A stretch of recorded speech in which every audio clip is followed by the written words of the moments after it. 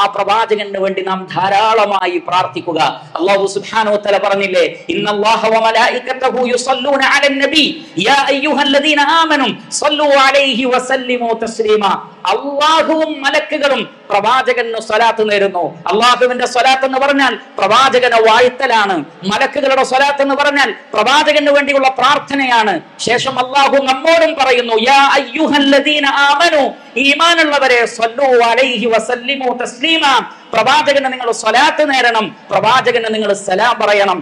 സല്ലല്ലാഹു അലൈഹി വസല്ലം.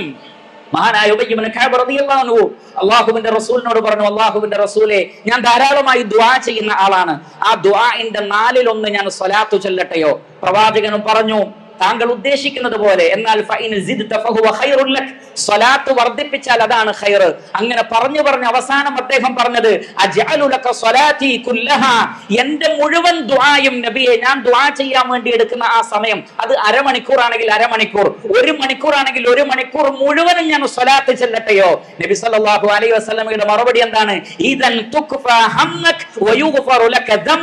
നിന്റെ എല്ലാ ഉത്കണ്ഠകളും നിന്റെ എല്ലാ ബേജാറുകളും ആ സ്വലാത്ത് കൊണ്ട് നീങ്ങിപ്പോകുന്നതാണ്, നിന്റെ പാപങ്ങൾ പൊറുക്കപ്പെടുകയും ചെയ്യുന്നതാണ്.